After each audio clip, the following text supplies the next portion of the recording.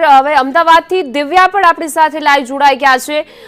જી દિવ્યા, અમદાવાદમાં પણ તાપમાનનો પારો સતત વધી રહ્યો છે અને ખાસ કરીને હવામાન વિભાગની આગાહી મુજબ 26 તારીખે જે દિવસે મતદાન છે એ દિવસે પણ તાપમાનનો પારો હાઈ રહેવાનો છે। શું છે વધુ હવામાનની આગાહી? હિના, રાજ્યભરમાં ગરમીની આગાહી હવામાન વિભાગ તરફથી આપવામાં આવી છે। જ્યારે અમદાવાદ વિસ્તારના દ્રશ્યો હું બતાવવા માંગીશ અને જે અત્યારે ગરમીથી બચવા માટે લોકો મોઢે રૂમાલ બાંધીને હેલ્મેટ પહેરીને પણ બહાર નીકળતા છે તે નજરે પડી રહ્યા છે। જ્યારે ઠંડા પીણાનો પણ સહારો લોકો લેતા નજરે છે તે પડતા હોય છે। જ્યારે અમદાવાદમાં પણ ગરમી છે તે આકરી બની છે। અમદાવાદમાં ગરમી આકરી બની છે ત્યારે ઠંડા પીણા કેવા પ્રકારના લોકો પીને મજા માણી રહ્યા છે? ગરમીની બહુ પીએ બધા ઠંડુ।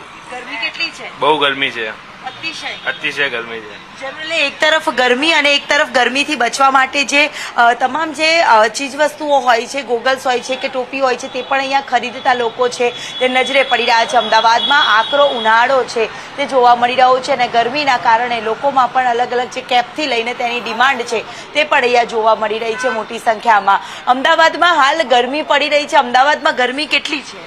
ગરમી તો છે અમદાવાદમાં। ગરમીથી બચવા માટે શું કરીશું? ખેસાની ખરીદી કરી રહ્યા છો અહીંયા? હવે આપણે બાઇક ચલાવતા હોઈએ ત્યારે બહુ ગરમીના કારણે માસ્ક પહેરી રાખવું પડે। હવે કંટાળ્યા? હા હા, જરૂરી અમદાવાદીઓ પણ હવે તો કંટાળી ગયા છે ગરમીથી, સાથે ગરમી પણ એટલી જ પડી રહી છે અને ગરમીના કારણે લોકોએ પણ હેરાન થવાનો વારો આવ્યો છે। જી બિલકુલ દિવ્યા, અમારી સાથે જોડાવા બદલ આપનો આભાર।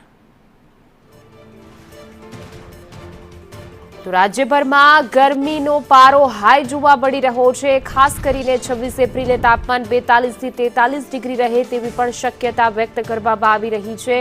રાજકોટ હોય કે પછી અમદાવાદ, ગાંધીનગર સહિતના જિલ્લામાં તાપમાન 40 ડિગ્રીને પાર થઈ ચૂક્યું છે।